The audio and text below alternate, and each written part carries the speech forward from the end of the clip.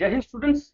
तो पिछले कुछ टाइम से बच्चे लगातार मुझसे पूछ रहे हैं कि सर एसएससी के एग्जाम शुरू होने वाले हैं, बाकी सब्जेक्ट तो ठीक है, जीएस में नंबर कैसे लें।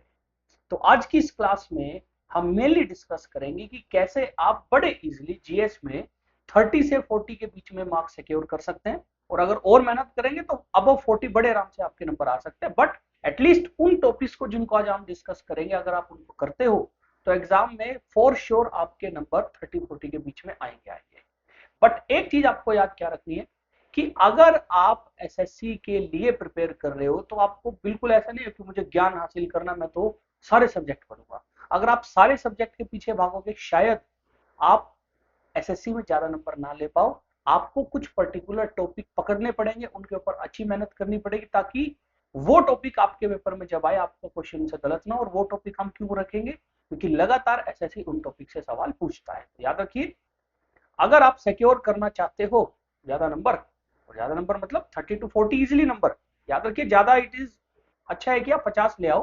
बट अगर आप 30-40 के बीच में मार्क्स सिक्योर करना चाहते हो तो आपको एक चीज याद रखना है, उन टॉपिक पे फोकस करना जाओ हाई यील्ड है, यानी उनसे नंबर ऑफ क्वेश्चन हर बार आते हैं और रिपीटेड क्वेश्चन आते हैं, और क्वेश्चन के आने की प्रोबेबिलिटी वहां से ज्यादा है। तो हमें उन टॉपिक के ऊपर ज्यादा प्रिपेयर करना चाहिए, ना कि एज अ सारा सब्जेक्ट की मैं हर वो टॉपिक पढ़ लूं जो एक सब्जेक्ट का पार्ट है। ऐसा हमें नहीं करना चाहिए। अब एक और गलती जो हम करते हैं, और जो पिछले 4-5 साल से लगातार देखने को मिल रहा है, कि बच्चे पॉलिटी, ज्योग्राफी, हिस्ट्री, इकोनॉमिक्स ऐसे सब्जेक्ट को पढ़ रहे हैं, एक सब्जेक्ट को मिस आउट करते हैं जो एग्जाम में सबसे ज्यादा आ रहा है, खासतौर पे एडिक्यूटी ने जब पिछले साल एग्जाम लिए एसएससी के, उनमें सबसे ज्यादा आया, वो है स्टैटिक जीके। याद रखिए, पहला सब्जेक्ट जो हमें डिस्कस करना है वो है स्टैटिक जीके, और एग्जाम में सबसे ज्यादा प्रायोरिटी आज के टाइम में आपको इसको देनी चाहिए। अब देखिए, स्टैटिक जीके दो टाइप की होती है। एक वो जो सब्जेक्ट का पार्ट है, जो पॉलिटी का पार्ट है या ज्योग्राफी का पार्ट है। जैसे पॉलिटी में हम अलग अलग प्रेसिडेंट के बारे में पढ़ते हैं। अब प्रेसिडेंट की list is a part of static GK, लेकिन प्रेसिडेंट के बारे में articles is part of polity. But generally हम क्लासेस में कटे मर्ज करके पढ़ते हैं। बट हमें स्टैटिक जीके में उन पोर्शन को खास तौर पे कवर करना चाहिए जो पॉलिटी, ज्योग्राफी, हिस्ट्री का पार्ट नहीं है। तो याद रखिए, आज के टाइम पे एसएससी के जो जीएस पोर्शन है उसका स्टैटिक जीके बैकबोन है। अगर आप ये नहीं कर रहे, आप एक बहुत बड़ी चीज मिस आउट कर रहे हो। और स्टैटिक जीके में तो काफी चीजें आएंगी, हमें फोकस किस पे रखना है, क्लासिकल और जो रीजनल डांस फॉर्म्स हैं उनके ऊपर, और उनके डांसर, जो उनके फेमस डांसर हैं, जो अलग अलग, जैसे फॉर एग्जांपल कथक, कथकली, भरतनाट्यम के फेमस डांसर। कई बार करंट अफेयर का क्वेश्चन भी इससे रिलेटेड आ जाता है। जैसे कोई फेमस भरतनाट्यम के डांसर जिनको पद्म भूषण, पद्म विभूषण मिला हो, उनका नाम as a current affair question आ जाएगा, तो वो भी पता होना चाहिए। फिर इंटरनेशनल ऑर्गेनाइजेशन, इंटरनेशनल ऑर्गेनाइजेशन से काफी टाइम जो है वो हेडक्वार्टर का क्वेश्चन आ जाता है। कई बार ये क्वेश्चन आ जाता है कि which of the following country is not part of so and so organisation. कई बार करंट अफेयर का question which is connected to static GK. For example G20 करके कोई एक इंटरनेशनल ऑर्गेनाइजेशन है, आपको इसका आइडिया है। G20 वैसे is part of static GK, but G20 का कोई लेटेस्ट समिट हुआ हो, या कोई उनकी प्रेसिडेंट, पीएम, एमपीज की मीटिंग हुई है, कुछ इस टाइप का हुआ हो, वो कहां पे हुआ, तो करंट अफेयर का क्वेश्चन है, but it is related to international organization. Next है award and honours. Award and honours means India में किस गेम को लेके, किस फील्ड को लेके कौन सा अवार्ड मिलता है, वो बड़ा इंपॉर्टेंट है। कई बार इनसे क्वेश्चन करंट अफेयर का आ जाता है। जैसे बड़ा कॉमन क्वेश्चन है दादा साहेब फाल्के अवार्ड, एग्जाम में ये भी क्वेश्चन आया हुआ कि दादा साहेब फाल्के किस फील्ड के लिए मिलता है, और ये भी क्वेश्चन आता है कि रिसेंट वाला जो है किसको मिला है। तो करंट अफेयर और स्टैटिक जीके दोनों का पार्ट है। और sports and games, sport and games भी याद रखिए करंट अफेयर और स्ट्रेटेजी के दोनों के बीच का एक टॉपिक है। इसे करंट अफेयर में क्वेश्चन आते हैं कि रिसेंट जो इवेंट हुए, कोई स्पोर्ट बच्चों गेम हुआ, मान लीजिए कोई टूर्नामेंट हुआ, मान लीजिए ऑस्ट्रेलियन ओपन हुआ या विंबलडन हुआ, उसको मेन सिंगल, वीमेन सिंगल किसने जीता, कोई ओलंपिक हुआ उसमें इंडिया की तरफ से किसी ने गोल्ड जीता, किसने जीता। कई बार क्वेश्चन आता है स्टैटिक जीके का। स्टैटिक जीके में क्या, कि कौन से गेम, कौन सी ट्रॉफी किससे रिलेटेड है, नंबर ऑफ प्लेयर किसमें होते हैं, या कोई टर्म आ जाती है कि सपोज कीजिए एलपीडब्ल्यू कौन से गेम से रिलेटेड, इस टाइप की। ये वो चार चीजें हैं जो आपको याद रखिए करनी ही करनी है, जो एग्जाम पॉइंट ऑफ व्यू से काफी इंपॉर्टेंट है। और अगर हम इनको मिस आउट करेंगे तो बिल्कुल गड़बड़ हो जाएगी। बाकी स्टैटिक जीके में first in India, first in world, वो भी आपको डिस्कस करते रहना, बट याद रखिए ये तो सबसे ज्यादा इंपॉर्टेंट है। इसके बाद Indian polity, Indian history, sorry, Indian history जो है, इसको जनरली हम यूं छोड़ देते हैं कि बहुत बड़ा टॉपिक है, कैसे याद होगा, बट याद रखिए, आप रिवाइज कीजिए। इंडियन हिस्ट्री एक बिल्कुल अच्छा सब्जेक्ट है जो आपको मार्क्स सिक्योर कर सकता है, क्योंकि इससे एग्जाम में कुछ पर्टिकुलर टॉपिक से ही बार बार सवाल रिपीट होते रहते हैं। जैसे इसमें एक टॉपिक जो सबसे ज्यादा बार एग्जाम में आता है वो है फ्रीडम स्ट्रगल। यानी जब हमारे देश में हमारे जो क्रांतिकारी लोग थे, हमारे जो नेशनलिस्ट थे, पॉलिटिकल लीडर थे, उन्होंने देश की आजादी के लिए काम करना शुरू करा। खास तौर पे 1905 से 1947 के बीच में जो जो हम लोगों ने मूवमेंट शुरू करी, खास तौर पे जो महात्मा गांधी ने मूवमेंट शुरू करी, वो काफी एग्जाम में आती है। उसके अलावा सोशल रिफॉर्म मूवमेंट की जो लोग थोड़ा नया, जिन्होंने नॉलेज हासिल करी, मॉडर्न एजुकेशन ली, और उनको लगा हमारी सोसाइटी में कुछ दिक्कत है, हमें कुछ गलत जो हमारे सोसाइटी में ट्रेडिशन उनको बंद करना चाहिए, उसको लेकर मूवमेंट चली, वो इंपॉर्टेंट है। कांग्रेस पार्टी के सेशन और कांग्रेस पार्टी के प्रेसिडेंट की first Muslim president, first women president, और महात्मा गांधी के बारे में बच्चों खास तौर पे महात्मा गांधी के सत्याग्रह, ये वो चीजें हैं जो आपको करनी चाहिए।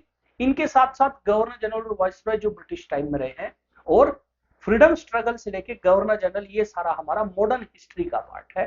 तो modern history exam point of view से हम हमेशा कहते हैं कि थोड़ी इंपॉर्टेंट रहती है। नेक्स्ट टॉपिक विजयनगर एम्पायर और मराठास। अब याद रखिए, ये वो टॉपिक है जो रिसेंट टाइम में एग्जाम पॉइंट ऑफ व्यू से काफी इंपॉर्टेंट बनने लग गया है, और ये मेडिवल हिस्ट्री का पार्ट है। हम इसको मेडिवल हिस्ट्री में पढ़ते हैं। खास तौर से ये दो किंगडम, विजयनगर एम्पायर और मराठा, क्योंकि हिंदू किंगडम रहे हैं, और पिछले कुछ टाइम से आपने देखा होगा गवर्नमेंट का थोड़ा जो मेडिवल हिस्ट्री में मुस्लिम किंगडम्स है उनसे ठीक ठाक रिलेशन नहीं है, लगातार उनका कंटेंट बुकों से गायब हो रहा है। तो विजयनगर मराठा से क्वेश्चन एग्जाम में आ रहे हैं, धीरे धीरे इंक्रीज हो रहे हैं। Next, Indus Valley civilization, Mahajanapada, Magadh empire, Mauryan empire, Gupta empire, ये सारा हमारा एंशिएंट हिस्ट्री का पार्ट है। और एंशिएंट हिस्ट्री से ये वो टॉपिक है जिनसे रिपीटेड क्वेश्चन आते हैं, खास तौर पे महाजनपद से। आज से कुछ साल पहले एक ऐसा एग्जाम, मतलब एसएससी में, सीजीएल में, महाजनपद के 4 क्वेश्चन थे हिस्ट्री के। तो आप सोच के देखिए, एक सिंगल टॉपिक से 4 क्वेश्चन आते हैं। तो ये टॉपिक काफी इंपॉर्टेंट है, एग्जाम में काफी बार आता है। और इसके अलावा एंशिएंट हिस्ट्री में एक और टॉपिक है जो कवर किया जा सकता है, वो है Jainism and Buddhism. Jainism Buddhism भी अच्छा टॉपिक है, कई बार इससे क्वेश्चन, बड़े इजी क्वेश्चन आते हैं, तो आप इसको भी बड़े आराम से कवर कर सकते हो। नेक्स्ट बात करते हैं जियोग्राफी। अब देखिए, जियोग्राफी थोड़ा सा लेंथी है, और हम इसमें कई बार अलग अलग जो है वो टॉपिक्स को करने में लग जाते हैं, बट सारे नहीं करने चाहिए। खास तौर पे वर्ल्ड फिजिकल में वर्ल्ड ज्योग्राफी को बेसिक ओवरव्यू लीजिए, हर चीज उसकी डिटेल में पढ़ने की जरूरत नहीं है। हम करते क्या है, हम ज्योग्राफी का वो सिलेबस पढ़ने की कोशिश करते हैं जो यूपीएससी के एग्जाम्स में आता है। क्योंकि देखिए, जो बुक बनती है, जो मार्केट में आपको बुक मिलती है, वो जनरली यूपीएससी के बुक से ही कॉपी करके बनाई जाती है। हम सोचते हैं कि वो सारा टॉपिक हम कवर कर ले, बट ऐसा नहीं करना चाहिए। इंडियन ज्योग्राफी बिल्कुल एग्जाम पॉइंट ऑफ व्यू से दी मोस्ट इंपॉर्टेंट है। और इंडियन ज्योग्राफी में अगर मैं बात करूं तो बेसिक ज्योग्राफी ऑफ इंडिया, जिसमें हम tropic of cancer, Indian time meridian, हमारे नेबर्स कौन कौन है, कोस्ट लाइन कितनी, ये बहुत बार रिपीट होते हैं। इंडियन रिवर्स और उनके ऊपर डैम्स। अब डैम वैसे तो स्टैटिक जीके में पढ़ते हैं, बट क्योंकि रिवर पढ़ रहे हैं तो उसके साथ डैम पढ़ लो, ज्योग्राफी में कवर हो जाएगा। नेशनल पार्क और बायोस्फीयर रिजर्व, इसको हम बच्चों फॉरेस्ट के साथ ज्योग्राफी में पढ़ सकते हैं। कई बार कभी कभी फॉरेस्ट का क्वेश्चन आता है, बट उतना कॉमन फॉरेस्ट का क्वेश्चन नहीं। नेशनल पार्क, बायोस्फीयर रिजर्व थोड़ी ज्यादा आती है। उसके अलावा माउंटेन रेंजेस और पासिस बच्चों, खास तौर पे हिमालयन माउंटेन रेंजेस और पासिस, ये इंपॉर्टेंट है। सोइल और एग्रीकल्चर, कि इंडिया में कौन सी सोइल है, उसमें क्या बच्चों हम क्रॉप उगा सकते हैं, इंडिया में एग्रीकल्चर के टाइप कौन कौन से हैं, सबसिस्टेंस फार्मिंग क्या होती है, इस टाइप की बच्चों चीजें एग्जाम में आती है। तो ये सारे हमारे इंडियन ज्योग्राफी का पोर्शन है। फिर आता है विंड एंड ओशन करंट्स। अब विंड एंड ओशन करंट याद रखिए, ये फिजिकल ज्योग्राफी का पार्ट है। Universe and solar system, solar system बहुत इंपॉर्टेंट है। और इंटरनल स्ट्रक्चर ऑफ अर्थ, जिसमें हम क्रस्ट, मेंटल कोर, अर्थक्वेक और वोल्केनोज के बारे में पढ़ते हैं। तो ये तीनों जो है वो फिजिकल ज्योग्राफी का पार्ट है। और फिजिकल ज्योग्राफी में याद रखिए, सब कुछ पढ़ने की जरूरत नहीं है जो बुक्स में होता है। आप सिर्फ अगर ये टॉपिक पढ़ के जाओगे तो चांसेस हैं कि आप बड़े आराम से मार्क्स सिक्योर कर लोगे। और वर्ल्ड ज्योग्राफी हमें पढ़नी चाहिए कि नहीं पढ़नी चाहिए, उसका आंसर है कि एक बार आप वर्ल्ड ज्योग्राफी गो थ्रू कर लीजिए, उसको ज्यादा डिटेल में नहीं पढ़िए, बट जो करंट से रिलेटेड चीजें वर्ल्ड ज्योग्राफी की वो पढ़ सकते हो। जैसे स्ट्रेट ऑफ हॉर्मुज का नाम आजकल पिछले कुछ टाइम से आप न्यूज में लगातार सुन रहे हो सकता है एग्जाम में स्ट्रेट ऑफ हॉर्मुज का क्वेश्चन आ जाए।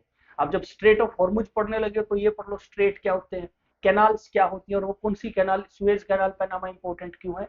तो वर्ल्ड ज्योग्राफी एक बार बेसिक ओवरव्यू ले लेना चाहिए, ज्यादा डिटेल में वर्ल्ड ज्योग्राफी नहीं पढ़नी चाहिए। अगर आप वर्ल्ड ज्योग्राफी को 2-3 हफ्ते पढ़ रहे हो तो मेरे ख्याल से बच्चों आप अपना टाइम जो है वो वेस्ट कर रहे हो। नेक्स्ट बात करते हैं पॉलिटी के बारे में। पॉलिटी जो है बहुत आसान सा सब्जेक्ट है। इसमें गिनती के 4-5-6 टॉपिक है जो इंपॉर्टेंट है। Fundamental right, DPSP, fundamental duty, articles खास तौर पे पार्लियामेंट, प्रेसिडेंट से जुड़े हुए और जुडिशरी से जुड़े हुए। फंडामेंटल राइट डीपीएसपी के आर्टिकल देखिए जब हम पढ़ते हैं तो याद करते हैं। पार्लियामेंट, प्रेसिडेंट, जुडिशरी और कॉन्स्टिट्यूशनल अमेंडमेंट, ये टॉपिक भी अगर आप कर लेते हो तो भी बच्चों पॉलिटी के नंबर ऑफ क्वेश्चन सबसे ज्यादा इन्हीं टॉपिक से आते हैं। एक नया टॉपिक है जो आजकल एग्जाम में आने लगा है, वो है constitutional and non constitutional body. इसको आप एक बार के लिए पढ़ सकते हो, बट याद रखिए अभी हम श्योर नहीं है कि इससे उतने ज्यादा रैंडम क्वेश्चन बार बार आएंगे या लगातार क्वेश्चन आएंगे, बट स्टिल एक बार इसको पढ़ा जा सकता है। बट ये जो 4 टॉपिक जो हमने 4 पॉइंट्स लिखे हैं ये तो दी मोस्ट इंपॉर्टेंट है। फिर इकोनॉमिक्स, इकोनॉमिक्स का बेसिक, बजट और इकोनॉमिक्स टर्म्स, बैंकिंग का बेसिक और इन्फ्लेशन, जीडीपी, रेपो रेट वगैरह क्या होता है, ये टर्म्स के बारे में आपको पता होना चाहिए। अनएम्प्लॉयमेंट क्या होती है, कितने टाइप की होती है, जीडीपी वगैरह जो टर्म है उनके फॉर्मुलेज ये पता होना चाहिए। अगर आप इकोनॉमिक्स को डिटेल में पढ़ने लग गए तो आपको बीए की इकोनॉमिक्स पड़ जाएगी, क्योंकि एग्जाम में तो एक आधा क्वेश्चन कई बार बीए वाली तरफ से आ जाता है। तो इकोनॉमिक्स पे भी आपको ज्यादा टाइम नहीं देना चाहिए, क्योंकि नंबर ऑफ क्वेश्चन इससे भी काफी कम होते हैं। नेक्स्ट बात करते हैं साइंस की। अब बच्चे ये सोचते हैं कि साइंस तो रहने देते हैं। देखिए एक चीज जो आपको पता होना चाहिए कि एसएससी जो है 6 to 10th के बीच की ही एनसीईआरटी पूछती है। एनसीईआरटी के जो क्वेश्चन होते हैं उस टाइप के क्वेश्चन आते हैं, एनसीईआरटी से ही बच्चों चीजें जो है टॉपिक आपके एग्जाम में तो एक बार कर लेना चाहिए। और फिजिक्स में motion, work, power, energy, electricity, light, mirror, SI units, ये कुछ बेसिक टॉपिक है जो आप कर सकते हो। उसके अलावा प्रॉपर्टीज ऑफ मैटर एक छोटा टॉपिक है, ये आप कर सकते हो। ज्यादा और हमें बच्चों इतनी ज्यादा चीजें करने की जरूरत भी नहीं होती कई बार। अगर केमिस्ट्री की बात करूं तो केमिस्ट्री में गिने चुने 4-5 क्वेश्चन है जो एग्जाम में आजकल ज्यादा आ रहे हैं। Acid, base, salt, metal, non metal और उनकी प्रॉपर्टीज, पीरियोडिक टेबल और एवरीडे केमिस्ट्री, यानी डे टू डे लाइफ में केमिस्ट्री के कुछ फैक्ट्स बच्चों जो डे टू डे लाइफ में केमिस्ट्री यूज करते हो। बायोलॉजी बच्चों एक ऐसा सब्जेक्ट है जिससे आजकल सब ज्यादा क्वेश्चन आ रहे हैं। Human body, nutrition, disease, animal kingdom, plant kingdom. याद रखिए आजकल पिछले 3-4 साल से ऐसा हो रहा है, इवन स्टेट एग्जाम या सेंटर का कोई एग्जाम हो, बायोलॉजी से नंबर ऑफ क्वेश्चन सबसे ज्यादा आ रहे हैं।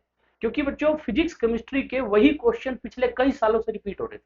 बायोलॉजी नया सब्जेक्ट, थोड़ा नंबर ऑफ क्वेश्चन इंक्रीज होने लग गए, तो ये काफी काम का बच्चों टॉपिक है बायोलॉजी के। और ये अगर आप करोगे तो बड़े आराम से आप साइंस के मार्क्स सिक्योर कर सकते हो। और last but not the least, current affair. देखिए एक चीज जो बच्चे गलती करते हैं करंट अफेयर में, वो क्या करते हैं, हम सोचते हैं कि हम एसएससी का पूरा जो हिसाब किताब निपटा के पता नहीं 2-3 साल के करंट अफेयर कर लेंगे। आपको एक चीज याद रखनी है, करंट अफेयर एसएससी के लिए ओवरडू नहीं करने। ओवरडू का मतलब एसएससी कई बार 2 साल पुराना करंट अफेयर पूछता है, आप 2 साल का करंट अफेयर मत पढ़िए, आप फोकस कीजिए पिछले 6 से 8 महीने के इंपॉर्टेंट करंट अफेयर्स पे। अगर आप 2 साल के करने लग गए, याद रखिए 2 साल के करंट अफेयर याद भी रखने हैं हमें, हमें उनको सिर्फ पढ़ना नहीं है, याद भी तो रखना, ताकि एग्जाम में आइडिया लगे। दूसरा कई बार क्या होता है, एक इंडेक्स जो एक साल आया वो इंडेक्स अगले साल आ जाएगा, तो आप कंफ्यूज हो जाओगे। तो बेटर है पिछले 6-8 महीने का करंट अफेयर हम अच्छे से सिक्योर करें, ताकि अगर उससे क्वेश्चन आए तो बड़ा आराम से मैं कर दूं। 2 साल का करने लगोगे तो इस साल वाला और पिछले साल वाला दोनों बच्चों गड़बड़ हो जाएगी।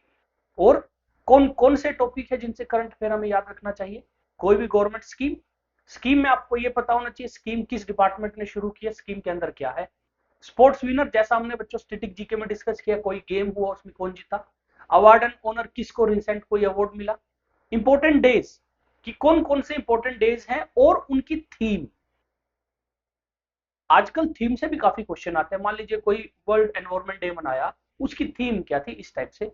कोई रिसेंट बुक जो किसी फेमस ऑथर ने लिखी है, या कोई ऐसी बुक जिसको रिसेंटली कोई अवार्ड मिला है, तो वो बुक का नाम या अवार्ड दोनों पूछ सकते हैं। कोई फेमस अपॉइंटमेंट, अब ये याद रखिए इसमें मेन अपॉइंटमेंट के क्वेश्चन आ सकते हैं, ऐसा नहीं है कि बिल्कुल छोटी छोटी अपॉइंटमेंट आएंगी, तो मेन अपॉइंटमेंट। और कोई डिफेंस एक्सरसाइज जो आपको लगता है इंपॉर्टेंट है। और एक चीज याद रखिए, करंट अफेयर से आप एक्सपेक्ट कर सकते हो कि कम से कम 3-4 क्वेश्चन, 2-3-4 क्वेश्चन बड़े आराम से आएंगे। कुछ एग्जाम में पिछले साल 5-5, 6-6 क्वेश्चन भी आए, बट 3-4 क्वेश्चन करंट अफेयर से आएंगे, तो ये आपको करना ही चाहिए।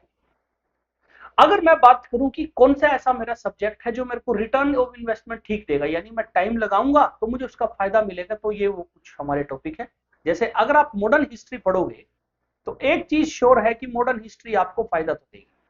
तो modern history very high priority पे रखिए, 2 से 3 क्वेश्चन आ सकते हैं। पॉलिटी भी वेरी हाई प्रायोरिटी पे रखिए, 2 से 3 क्वेश्चन आ सकते हैं। ज्योग्राफी भी ठीक ठाक इंपॉर्टेंस वाली है, 2 से 3 क्वेश्चन। साइंस के 3 से 4 क्वेश्चन। अब बच्चे कहेंगे सर पिछले साल तो कुछ शिफ्ट में नहीं आया, देखिए कुछ शिफ्ट में नंबर ऑफ क्वेश्चन वेरी कर जाते हैं। जैसे कई बार पॉलिटी एक शिफ्ट में आएगी नहीं, लेकिन किसी शिफ्ट में पॉलिटी के 5 क्वेश्चन आ जाएंगे, बट ऑन एन एवरेज 2 से 3 क्वेश्चन के रहेंगे। एंशियंट हिस्ट्री की प्रायोरिटी हाई रखिए, 1 to 2। करंट अफेयर हाई रखिए, 2 से 4, हमने थोड़ी देर पहले बात की। आर्ट एंड कल्चर, जिसमें हम बच्चों लैंग्वेज के बारे में, डांस फॉर्म के बारे में, इवन फेस्टिवल, स्टैटिक जीके में फेस्टिवल को भी स्टडी कर सकते हो, वो बच्चों मीडियम लेवल की प्रायोरिटी रखिए, बट वो पढ़ना चाहिए। और इकोनॉमिक्स भी 1 से 2 क्वेश्चन आ सकते हैं, बट सारी इकोनॉमिक्स अगर आप उसके ऊपर फोकस करोगे तो गड़बड़ हो जाएगी। तो ये वो कुछ सब्जेक्ट हैं जिनको अगर आप पढ़ोगे तो आपको काफी इससे हेल्प मिलेगी। तो होपफुली बच्चों ये वीडियो आपके काम आए। हमारी कोशिश रहेगी कि आने वाले टाइम में आपके लिए और ऐसी वीडियोस लेके आए, ताकि आप एग्जाम पॉइंट ऑफ व्यू से जीएस के लिए तैयार हो सके। मिलते हैं बच्चों नेक्स्ट वीडियो में। जय हिंद, जय भारत।